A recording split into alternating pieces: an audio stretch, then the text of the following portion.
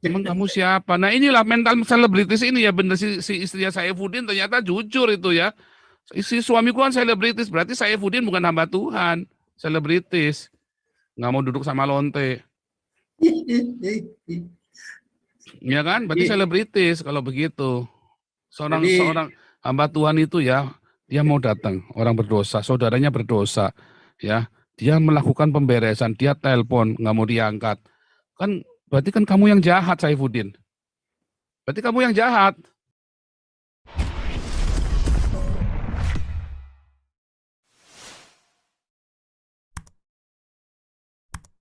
Raja Uti, silakan. ya, Shalom Pastor. Shalom. Aduh, memang jadinya ini ya, dua hamba Tuhan ini apa namanya saling balas membalas pantun. Kita juga akhirnya melihatnya itu jadinya kurang enak juga Kurang sih pas ya. sebenarnya. Kurang enak. pas gitu. Kurang Karena afdol. mereka ini kan sebenarnya kan punya apa ya? Punya pengikut, punya pendukung dan masuk figur yang dihormati. Tapi ya memang satu ya yang harus kita ini perhatikan itu ya seperti yang Pastor katakan ya harus ada keterbukaan itu kesalahan dari awal sih itu. Terus yang kedua ya hati-hatilah ketika memilih teman gitu Pastor. Jangan sampai teman lama ditinggal, teman baru belum tentu juga cocok gitu dan belum tentu juga jujur gitu. Itu. Terus yang kedua mengenai tadi cuitan-cuitan itu ya, itu menarik Pastor. Artinya begini, kalau kita kan melihat di Indonesia ini kan, ya jujurlah kita katakan 5 agama yang diakui ini kan agama impor Pak, di luar semua.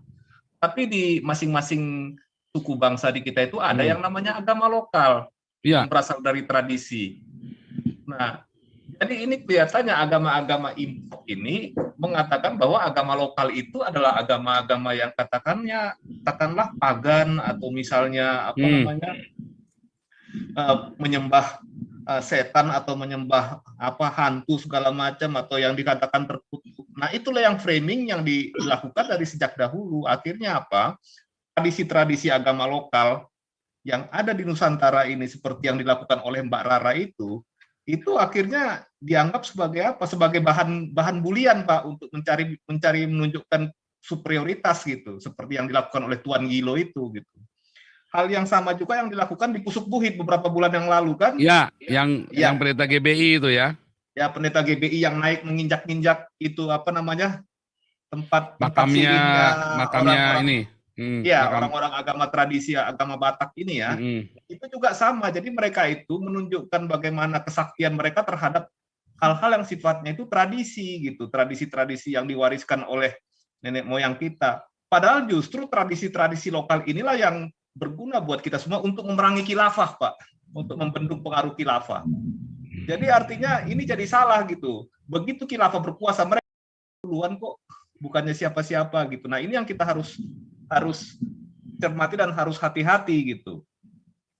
Jadi ya mudah-mudahan ke depannya ini dua orang ini ya segera rekonsiliasi gitu Pak, supaya suasana ini ya kembali tenang dan damai gitu. Iya, betul. Ya itu aja sih yang kita harapkan sih Pak dari semuanya gitu. Yang Dan sebetulnya statementnya Gilbert ini akan memprovokasi orang-orang Kristen yang tidak berpengetahuan untuk menjadi orang-orang Kristen yang radikalnya itu radikal kayak orang Islam, bukan radikal Kristen. Makanya tadi ada orang bilang, wah Saifuddin itu radikal militan. Itu goblok juga ya. Masa orang kehilangan 200 juta mencak-mencak itu dibilang radikal, langsung ngutuk-ngutukin, ungkit-ungkit masalah orang dibilang radikal. Itu Kristen bayi. Orang yang begitu tuh Kristen bayi. Ya, tadi benar Pak Santi yang berbilang, bayi rohani yang begituan itu. Iya. Ya, bayi rohani. Ya, mau terima nggak terima ya begitu ya Saifuddin. Itu bayi rohani Saifuddin. Yang model kayak kamu itu anak-anak rohani itu, bayi rohani itu. Ya, sampai urusan-urusan titit dibawa-bawa segala macam. Ya kan nggak nyambung gitu. Yang salah anaknya, kamu salahin anaknya, bukan salahin bapaknya. Memang kalau memang bapaknya cabul itu urusan yang lain lagi. Tapi itu namanya dendam Saifuddin itu. Ya. Kalau memang bapaknya cabul ya itu urusan yang lagi. Kalau sekarang sampai cabul ya nanti pasti Tuhan akan bongkar. Iya. Ya. Tapi dengan si Saifuddin Begitu, itu udah kelihatan dendam. Itu namanya dendam justru si Saifuddin itu. Itu bayi rohani, itu bukan radikal itu namanya. Ya, nah itulah didikannya Gilbert. Ini orang yang begitu. Orang radikal itu ya ditipu pun dia mengucap syukur, dia akan ikhlaskan. Itu namanya orang ini ya, orang dewasa rohani. Ya, radikal itu begitu, makin radikal makin mengasihi, makin melepaskan pengampunan. Kalau ini mengutukin ya, aduh, bertobat ini orang berdua ini. Si Joshua Tewu juga sama ya, si Joshua Tewu juga sama. Belajar sama saya itu loh, nggak pernah ngutukin kalian. Coba kalian fitnah saya habis-habisan. Coba di sini ada yang pernah tahu saya ngutukin? Nggak ada. Adanya kalian malah memfitnah, omongan saya dipelintir lagi. Nggak pernah saya ngutukin Saifuddin sama Joshua Tewu, justru saya memberkati mereka, saya selalu mengatakan yang positif tentang mereka. Cuman itu tindakan mereka, itu adalah tindakan bayi rohani. Tindakanmu tuh Saifuddin, itu tindakan bayi rohani.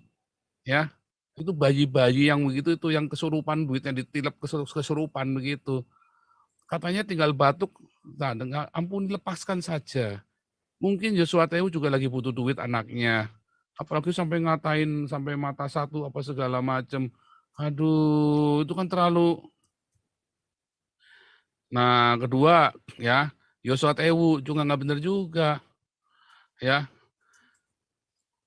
sampai mencaci maki begitu. Ya, akhirnya kan gitu tadi, ya jangan. Itu kan rekanmu, sahabatmu. Kalau ada masalah, ya, tapi responnya Joshua Tewu yang kedua bagus ya, adem ya. Tapi terlambat, udah terlambat. Ya kan harusnya pertama dia begitu. Nah, sekarang dia begitu dulu. Nah sekarang terus Saifuddinnya cita-cita. Nanti kalau ada yang bongkar rahasianya Saifuddin, nanti pusing juga Saifuddin itu juga. Jangan saling bongkar begitulah, nggak baik lah. Malu kita, malu. Iyalah, jangan saling bongkar begitulah. Ya kan semua orang punya ini. Tetapi bukan berarti, tadi benar Pak Fel, bukan berarti kita mau nutupin dosa-dosa orang. Enggak.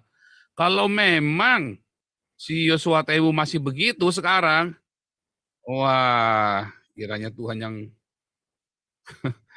hanya Tuhan yang bisa tolong dia. Kalau Joshua Tewu masih berperilaku seperti itu ya, kita kan nggak tahu. Tapi kalau itu masa lalu, kan sudah diampuni, sudah minta ampun. Joshua Tewu juga sudah klarifikasi, itu masa lalu sudah minta ampun. Tetapi kalau ternyata masih, wah itu jangan takut. Tuhan akan sungguh-sungguh adil. Nggak usah kita usah ngejar begitu. Serius ya. Tuhan itu sungguh adil loh. Orang-orang yang berperilaku busuk itu Tuhan singkapkan semua loh. Ya, ngeri sekali loh. Itu nggak ngomongin bohong lah. Orang yang berzina, orang yang rakus uang, ya, orang yang haus kekuasaan, itu Tuhan hancurkan loh satu-satu loh. Saifuddin kalau nggak bertobat nggak lama itu. Joshua Tewu kalau nggak bertobat nggak lama itu. Serius. Pohon tidak berbuah ditebang ya? Iya, ditebang. Walaupun bagus kelihatannya tebang aja. Ya, saya tidak berkata Saifuddin apa segala macam, enggak. Tapi dalam hal ini saya lagi membahas pertikaian mereka berdua ini loh. Ya, saya nggak lagi membahas duitnya KC, nggak lagi membahas titiknya Joshua Tewu. Apa titiknya? Jandanya maksudnya aku titiknya Joshua Tewu. Si Sarah sampai ketawa-ketawa nih. Nanti boleh komentarnya terakhir. Tapi saya lagi membahas pertikaian kalian ini loh. Ya. Memalukan. Stop. Ya. Belajar sama saya. Kalian fitnah saya aja saya diem kan. Belajar sama saya. Aduh, dibilangin Saifuddin itu harus belajar sama saya, jangan belajar sama Joshua Tewu. Ya kan? Terus belajar duduk bareng, biar sama lonte kamu juga harus duduk bareng. Emang kamu siapa? Nah inilah mental selebritis ini ya, bener si istrinya Saifuddin ternyata jujur itu ya. Si suamiku kan selebritis, berarti Saifuddin bukan hamba Tuhan, selebritis. Nggak mau duduk sama lonte. Ya kan? Berarti selebritis kalau begitu. Seorang hamba Tuhan itu ya, dia mau datang, orang berdosa, saudaranya berdosa, ya. Dia melakukan pemberesan, dia telepon, nggak mau diangkat. Kan berarti kan kamu yang jahat, Saifuddin. Berarti kamu yang jahat. Karena Joshua Tewu sudah berusaha telepon kamu nggak angkat. Kamu yang jahat, berarti kamu sendiri ngaku kan, kamu nggak sudi duduk sama lonte kan. Berarti kamu yang jahat. Kan simpel sekali. Nah, anjing-anjingnya Ya. Saifuddin kan goblok juga, nggak ngerti tuh prinsip-prinsip beginian. Ya kan, asal jelek-jelekin Islam pokoknya jadi pahlawan, goblok juga. Iya, betul. Ya kan? Apa bedanya kamu sama Yahya Waloni kalau begitu? Ya kan? Nggak ngasih teladan. Nah, belajar sama saya ya. Saya nggak pernah sekalipun jelek-jelekin kalian. Temen saya tegur, karena kan Saifuddin dengar kan. Makanya saya berharap Saifuddin bisa rukun lagi sama Yosua Tewu ya, supaya kalian ini para apologet ini jangan sampai saling menjatuhkan gitu ya. Saya berapa kali difitnah ya sama orang-orang Kristen yang lain, nggak pernah saya balas juga, ya kan? Jadi saya berharap rukun ini berdua ya, rukun lagi supaya kasihan ini ya orang-orang yang baru yang mau bertobat tadi kayak susu kuda tadi cerita itu kan. Ngeliat kehidupan kalian kan jadi enek kan. Nah, cuma saya berharap benar-benar ya Saifuddin sama Yosua Tewu bisa rukun, bisa bagus lagi ya. Bisa jangan omongan yang nggak baik juga ya, nggak mau duduk sama lonte. Itu kan juga omongnya nggak baik. Yosua Tewu salah, tapi jadinya Saifuddin yang salah. Kalau dalam kali ini jadi Saifuddin yang salah menurut saya ya. Jadi Saifuddin yang nggak benar. Statement-statementnya dia. Asalnya Yosua Tewu yang salah, tapi sekarang jadi Saifuddin yang salah. Kan begitu kan, tetapi kan kita balik lagi. Kalian berdua ini kan orang hebat, orang baik. Ya, makanya harus selesaikan masalah itu dengan baik, malah selesaikan ruwet-ruwetan, saling lapor polisi. Jangan. Oke, ini Lani Yohana di mikrofonnya ruwet banget ini ya. Kita nggak bisa terusin karena sudah jam 12:30 ya. Ini Pastor Sarah biar meneruskan, melanjutkan sekali menutup di dalam doa.